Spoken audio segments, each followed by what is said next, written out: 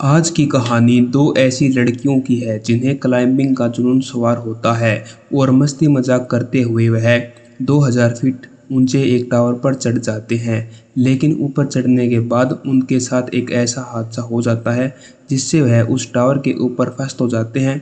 इस सुनसान जगह पर उसकी मदद करने के लिए कोई नहीं होता।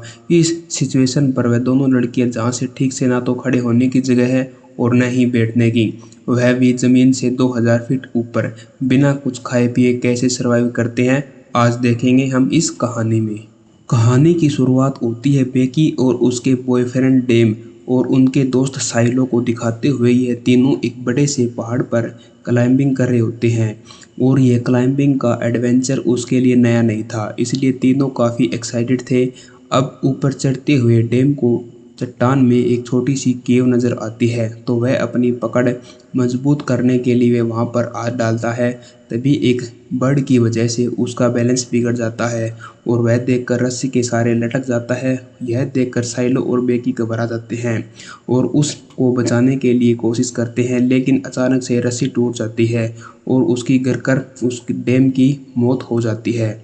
इस हादसे के बाद बेकी एकदम सदमे में चली जाती है। फिर यहाँ से हमें पूरे 1 साल बाद का सीन दिखाया जाता है, जहाँ बेकी अभी भी उस सदमे से बाहर नहीं आ पाई थी। वह अकेलेपन और दर्द से जूझ रही थी और शराब उसकी जिंदगी का सहारा बन चुकी थी। अपनी बेटी की ऐसी हालात देखकर उसके डैड जेम्स परेशान हो जाते हैं और उसे जिंदगी में आगे बढ़ने की सलाह देते हैं। लेकिन बेकी अपनी जिंदगी से इतनी नाराज हो चुकी थी कि अब कुछ भी सुनना और समझना नहीं चाहती थी। अब उसी रात वह सुसाइड करने का मन बना लेती है।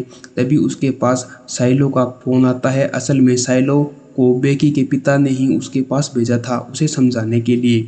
अब साइलो बेकी की पुरानी यादें भुलाने के लिए उसे एक 2000 फीट ऊंचे और पुराने टावर पर चढ़ने का चैलेंज देती है। पर यह सुनकर शुरुआत में बेकी मना कर देती है, लेकिन साइलो उसे समझाती है कि हमें कभी कभी लाइफ में मूव ऑन होने के लिए किसी बहाने की जरूरत पड़ती है और शायद यह वही मौका है। जिसके बाद फाइनली वह तैयार हो जाती है और अगले दिन उसे खतरनाक सफर के लिए निकल पड़ते हैं।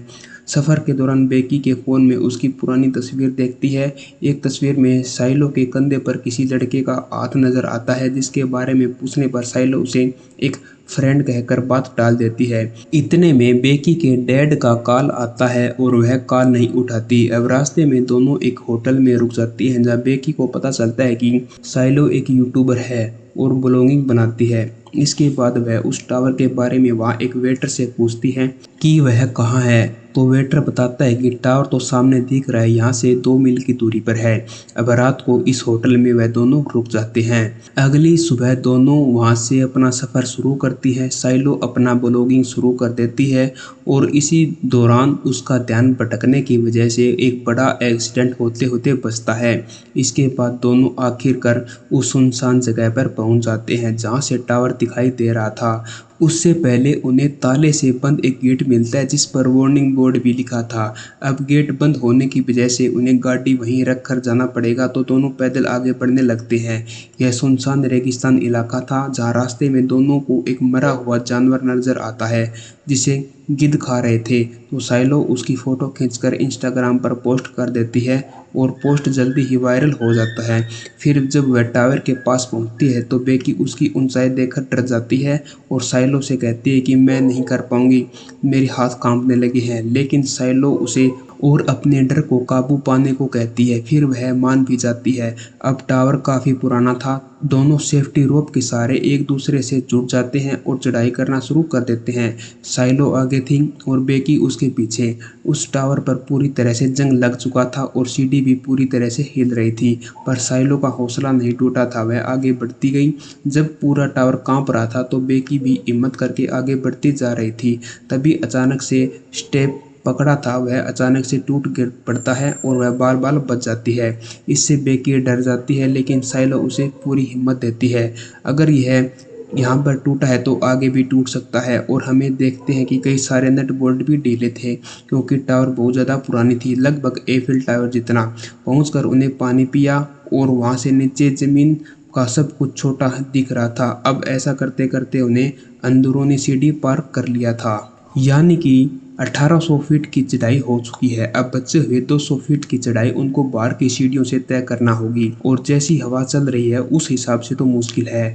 बेकी को आगे जाने का मन नहीं था, लेकिन साइलो ने तो स्टार्ट भी कर दिया था, इसलिए उसे भी जाना पड़ेगा। इन सीढ़ियों की हालात देखकर और भी बुरा था, क्योंकि यह बाहर की साइड है और कुछ आगे बढ़ने के बाद उन्हें एक डिस्क को पार करना था, लेकिन यहाँ से साइलो हंसते हंसते पार हो गए थे। फिर उसने बेकी की हेल्प की और काफ़ी डर रही थी। ऊपर से साइलो भी सीढ़ी हिलाकर उसे और डराने लगती है, जिससे नट बोल्ट ढीले हो गए थे। उसी टाइम बोल्ट भी निकल कर गिर गया था। इसके बावजूद भी दोनों कैसे भी करके सही सलामत टावर के टॉप पर चढ़ जाते हैं, लेकिन ऊपर पहुंचते हुए एक नट और निकलकर गिर जाता है और इन सब का उन्हें कोई भी अंदाजा नहीं था। टॉप पर पहुंचकर दोनों बहुत खुश हो जाते हैं और साइलो दोबारा से अपना ब्लॉगिंग बनाना शुरू करती है। यह वीडियो में अच्छे शॉट लेने के लिए वह ड्रोन कैमरा का इस्तेमाल करती है। फिर वह अपने व्यूअर को अच्छा कंटेंट देने के लिए बेकी को ड्रोन का रिमोट पकड़ा देती है, खुद टावर के सहारे लटक जाती है। बेकी यह सब करने के लिए मना कर देती है, लेकिन साइलो कहाँ सुनती। शॉट लेने के बाद वह वापस ऊपर आ जाती है और सेम ऐसी पोस्ट बेकी को भी देने के लिए कहती है, लेकिन बेकी ऐसा करने से मना कर रही थी, जिस पर साइलो कहती है कि उसका डर भगाने का सबसे बड़ा मौका है। उसके बाद बेकी साइलो का हाथ पकड़कर वही सेम स्टंट करती है और साइलो उसकी सेल्फी लेती है। इसके बाद साइलो ऊपर आ जाती है। अब यहाँ से बेकी डैम की अस्थियां लेकर आई थी और डैम की याद करती है हुए उसकी अस्थियां को वहाँ पर विसर्जित कर देती है। और इस मोमेंट पर बेकी और साइलो दोनों इमोशनल हो जाते हैं और उसको याद करने लगते हैं। इसके बाद वह दोनों उसको डिसाइड करते हैं कि उन्हें वापस जाना चाहिए, इसलिए वह अपनी सेफ्टी रोप को खुद से कनेक्ट करके पहले नीचे बेकी जाना शुरू करती है। लेकिन जैसे ही वह अपना पहला कदम सीढ़ी पर रखती है तो सीढ़ी के नट बोल्ट ढीले हुए थे, तो वह सीढ़ी नीचे जाकर गिर जाती है, पर बेकी रोप के सहारे लटक जाती है। साइलो यह देखकर बहुत ज़्यादा डर जाती है, पर किसी तरह उसे खींचकर ऊपर वापस ले आती है। यहाँ बेकी मौत के मुंह से बचकर आने की वजह से डर के मारे रोने लगती है, पर अगले ही पल में दोनों अचानक हंसने लगते हैं, क्योंकि यह बहुत ही एडवेंचर मोमेंट था। फिर नीचे देखने पर उन्हें पता चलता है कि सीढ़ी पूरी तरह से टूट चुकी है। अब वह नीचे कैसे जा पाएंगे, दोनों परेशान हो जाती हैं और अपने अपने फ़ोन चेक करती है, पर फ़ोन में कोई नेटवर्क नहीं था, क्योंकि इतनी ऊंचाई पर नेटवर्क नहीं मिलता। फिर उन्हें वहां पर एक इमरजेंसी बॉक्स देखता है, जिन्हें खोलने पर उन्हें एक दूरबीन और एक फ्लेयर गन मिलती है, लेकिन उनका बैग नीचे जाकर टावर के डिश पर अटक चुका था, जिसमें पीने का पानी था। और सब कुछ देखकर बेकी साइलो पर भड़क जाती है कि हम यहीं मर जाएंगे। तो साइलो उसे शांत कराते हुए कहती है कि हो सकता है कि सीढ़ी गिरने की आवाज़ सुनकर कोई पुलिस के पास फ़ोन कर चुका होगा, कोई पुलिस हमारी मदद करने के लिए आती होगी, इसलिए हमें बस थोड़ी देर इंतज़ार करना होगा। जब कोई नहीं आ जाता तभी साइलो नोटिस करती है कि गिरने की वजह से बेकी के पैर में चोट लगी है, तो ब्लड को रोकने के लिए साइलो उसके पैर पर अपनी शर्ट बांध देती है। अब दोनों मदद के लिए इंतज़ार करने लगते हैं। अब 5 घंटे बीत चुके थे, लेकिन उसके लिए कोई भी मदद अब तक नहीं पहुंची थी। फिर साइलो अपना फ़ोन चेक करती है तो उसके जो मरे हुए जानवर की फ़ोटो अपलोड की थी, उससे उन्हें एक आइडिया आता है। अपने फ़ोन को एक हेल्प मैसेज टाइप करके फ़ोन को रस्सी से बांधकर नीचे लटकाने लगते हैं, यह सोचकर कि शायद नीचे ले जाने से फ़ोन में सिग्नल आ जाएगा और उसकी पोस्ट अपलोड हो जाएगी। उसके बाद बेकी को एक आइडिया आता है। वह कहती है कि नीचे पूरी तरह सिग्नल होगा तो क्यों ना हम फ़ोन को नीचे तरह से फेंक दें। तो साइलो एग्री हो जाती है और अपना एक जूता उतारकर उस जूते के अंदर अच्छे से रख देती है और फ़ोन टूट न जाए तो अपने सॉक्स और अंडरगारमेंट का इस्तेमाल करती है। फिर दोनों नीचे फ़ोन को गिरा देती है। अब फ़ोन नीचे तो चला जाता है, लेकिन दूरबीन से देखने पर उन्हें दिखाई नहीं दे रहा था कि फ़ोन अच्छी से गिरा है या टूट गया है। तभी उन्हें नीचे एक आदमी और उसका डॉग दिखाई देता है, जिस जिससे दोनों चिल्लाकर आवाज़ करने लगते हैं, लेकिन ज़्यादा ऊंचाई होने के कारण उस तक आवाज़ नहीं पहुंच पाती और वह आदमी भी फ़ोन पर बिजी था। वहीं साइलो का फ़ोन भी नीचे गिरकर चकनाचूर हो गया था। तभी इन्हें सामने एक गाड़ी नज़र आती है जिसके अंदर एक आदमी और था। अब इसके पास एक लास्ट आइडिया बताता है कि रात होते ही वह फ्लेयर गन चलाएंगे, जिससे वह लोग इन्हें देखकर अंधेरा होते ही वह दोनों फ्लेयर गन चला देती है, जिससे वह दोनों आदमी इन्हें देख भी लेते हैं। अब यहाँ साइलो नोटिस करती है कि वह दोनों आदमी इसकी मदद करने के लिए आ रहे होते हैं, तो वह ज़्यादा खुश हो जाती है। पर उनकी गाड़ी के पास पहुंचकर उन्हीं की गाड़ी वह लोग चुराने लग जाते हैं। देखकर वह दोनों चिल्लाती है, परंतु उसकी आवाज़ कौन सुनने वाला था। अब इन दोनों को 24 घंटे यहाँ पर बीत चुके थे और सुबह हो गई थी और बिना कुछ खाए पिए दोनों को भूख भी बहुत ज़्यादा लग रही थी। इसलिए साइलो डिसाइड करती है कि वह किसी तरीके से यहाँ से नीचे जाकर अपना बैग ऊपर ले आएगी, जिसके बाद वह रस्सी को टावर के साथ बांधकर नीचे चली जाती है। लेकिन किसी तरह के बाद रस्सी छोटी होने की वजह से साइलो उस बैग तक नहीं पहुँचती। अब उसके पास और कोई ऑप्शन भी नहीं था, इसलिए वह अपनी रस्सी से लटकर किसी तरह उस डिस्क के पास जंप लगाकर पहुंच जाती है। वहां पहुंचकर सबसे पहले अपनी बोतल से पानी पीती है, लेकिन उसके पास एक और चैलेंज था कि वह वापस ऊपर कैसे जाएगी। पर किसी तरीके से अपने बैग को उस रस्सी से लटका देती है, जिसके बाद फिर जंप लगाकर खुद उस रस्सी के सहारे लटक जाती है। फिर बेकी उसे ऊपर खींचना शुरू कर देती है।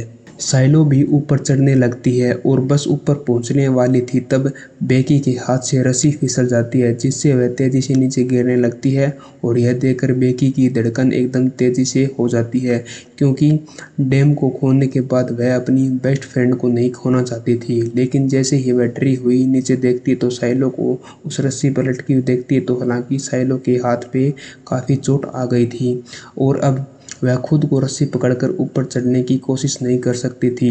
इसके बाद बड़ी मुश्किल से बेकी अकेले ही अपनी पूरी ताकत लगाकर साइलो को टावर के ऊपर ले आती है। फिर अच्छे से पानी पीती है और थोड़ी देर बाद एक हेल्प नोट लिखकर ड्रोन में फंसा देती है।